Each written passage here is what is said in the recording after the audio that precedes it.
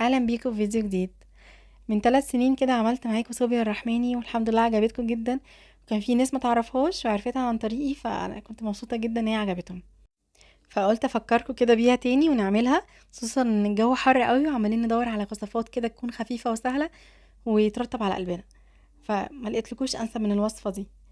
تعالوا يلا نعملها مع بعض، بس الاول اعملوا لي لايك وشير وسبسكرايب لو انتوا اول مره تشوفوني، وكمان فعلوا الجرس عشان يوصل لكم الفيديوهات بتاعتي الجديده. تعالوا يلا نسمي الله ونبدا مع بعض. معايا اول حاجة في المكونات كوباية من الرز المصري، غسلته كويس وصفيته، وهنزل عليه كمان ب4 كوبايات من المية في الحلة. وبعد كده هنشغل عليه النار بقى وهسيبه لحد ما يبدأ يغلي، هتلاقوه بيبدأ يفور كده. ف يعني خلي بالكوا قوي من الخطوة دي. ساعتها في الحالة دي هنروح رافعين الغطا وهنوطي عليه بقى النار شوية.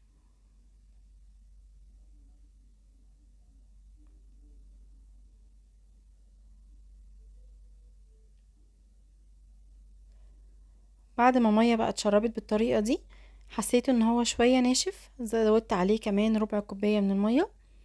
يعني انتوا بقى بالنظر كده هتشوفوا، يعني لو الرز لقيتوه بيدوب جدا كده في ايديكم، يبقى خلاص تمام، ما تزودوش ميه تاني. لكن لو حاسين ان هو محتاج شويه مفيش مشكله، زودوا من ربع لنص كوبايه ميه تاني. احنا كل ما خليناه يبقى الرز مسلوق قوي، كل ما كان ادانا نتيجه احلى.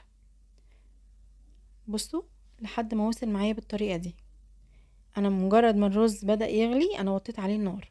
تمام، وسبته بقى لحد ما يتشرب الميه بالطريقه دي. هسيبه بقى يبرد خالص، عشان ايه؟ هحطه في الخلاط. اول حاجه هننزلوها في الخلاط السوائل الاول علشان الخلاط يمشي. فمعايا كوبايه من اللبن، انا في الوصفه دي استخدمت كوبايتين من اللبن، بس انا الاول نزلت كوبايه من اللبن، وكمان نزلت كوبايه الا ربع من السكر. لو انتوا حابين مسكر شويه ممكن تزودوا الكوبايه. وبعد كده نزلت الرز وكوبايه كبيره من الزبادي البلدي. لو ما عندكوش زبادي بلدي ممكن كوبايتين من الزبادي اللي هو العادي بتاع الشركات. معايا كمان نص معلقه صغيره من ملح الليمون، لو بتحبوا المزازه قوي يبقى خلوها معلقه صغيره كامله. ضفت كمان عليها فانيليا، وهشغل الخلاط. انا حسيت انه هياخد وقت شوية والخلاط مش قادر يعني يمشي، محتاج ان انا اقسم المكونات على 2. فيعني ريحت نفسي ورحت عاملاه بالهاند بلندر. فانت لو عندكم هاند بلندر من البداية اشتغلوا بالهاند بلندر على طول، لكن لو هتشتغلوا في الخلاط يبقى قسموا احسن المكونات على 2، حطوها على مرتين يعني. هنخلط بقى كل الكلام ده كويس بالهاند بلندر. شايفين بقى القوام بقى كريمي وناعم ازاي؟ مش عايزينه لا تقيل قوي ولا خفيف قوي. نسيت كمان اقول لكم ان انا لما ضفته في البوله دي كده عشان اضربه بالهاند بلندر، انا نزلت عليه كمان بكوبايه من اللبن. يعني استخدمنا في المكونات كلها كوبايتين من اللبن. محتاجين القوام يبقى بالطريقه دي كده، شايفين المطه بتاعته؟ هو ده المطلوب بالظبط. وبس كده عملنا النهارده الصوبيا الرحماني، طريقه بسيطه وسهله، والمكونات ان شاء الله كلها تلاقوها عندكم في البيت. قوموا بقى انا جربوها، انا متاكده ان انا فتحت نفسكم عليها. قوموا جربوها وان شاء الله هتعجبكم جدا. هتاكلوا احلى صوبيا من ايديكم، ولا اكنكم كلتوها في السيده زينب.